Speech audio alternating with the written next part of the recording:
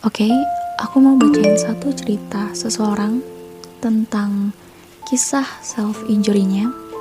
Ini aku dapat dari websitenya pijarpsikologi.org. Untuk link sumber lengkapnya nanti aku tulis di caption. Terima kasih, selamat mendengarkan cerita ini. Sebelumnya, saya tidak pernah didiagnosa memiliki gangguan mental. Karena saya memang belum pernah mencari bantuan profesional. Saya juga tumbuh di keluarga yang baik-baik saja. Saya tidak pernah mengalami trauma dan masa kecil saya seperti masa kecil orang pada umumnya. Tapi semenjak tahun 2012 setelah mengalami sebuah pertengkaran, cara saya untuk meringankan beban di benak saya adalah dengan melukai kaki saya sendiri dengan silet.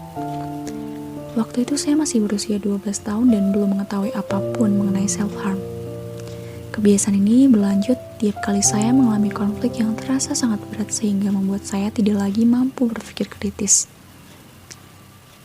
Ada saat-saat di mana saya duduk sendiri tengah malam sambil menangis karena saya tidak tahu apa yang salah dengan diri saya. Tetapi hidup terasa abu-abu.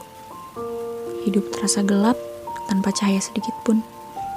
Di saat-saat itulah saya mengambil silet dan melukai pergelangan tangan saya.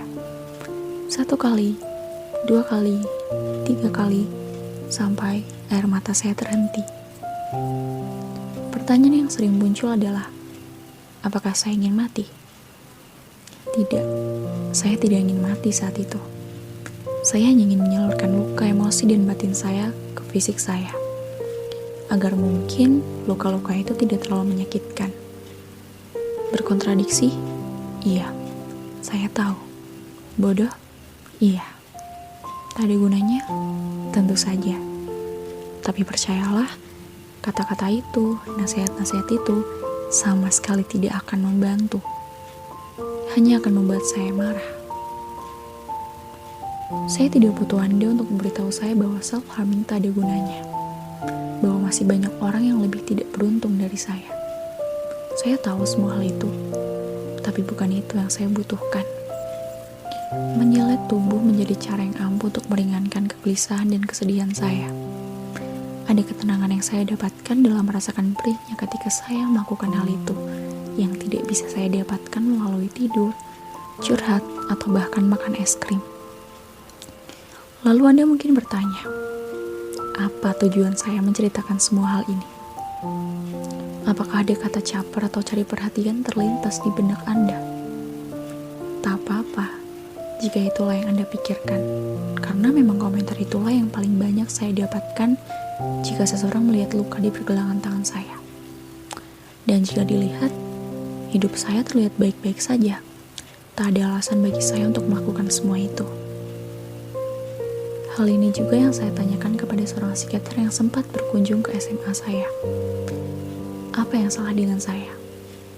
Dan akhirnya saya disuruh mendatangi kantornya untuk berkonsultasi.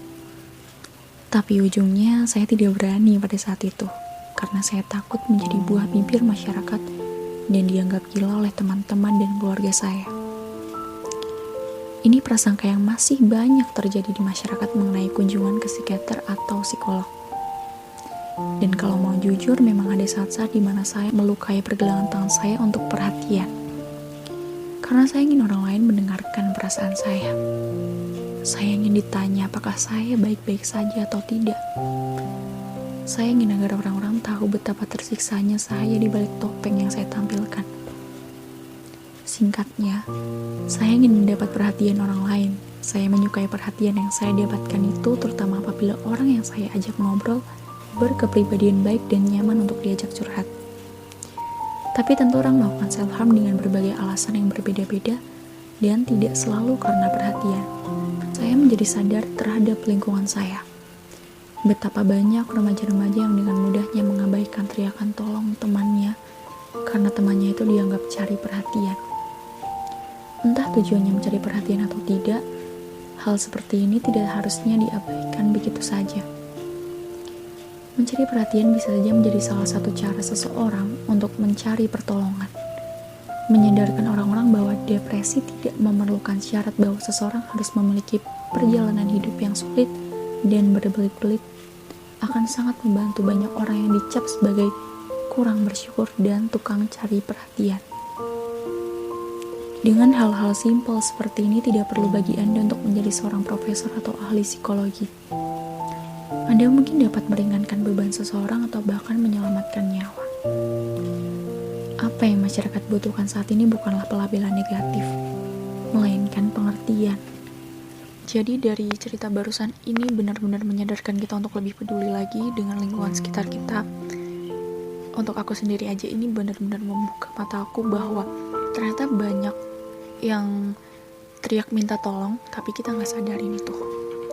Dan ternyata itu impactnya benar-benar bahaya banget kalau misalnya mereka sampai menyakiti dirinya sendiri.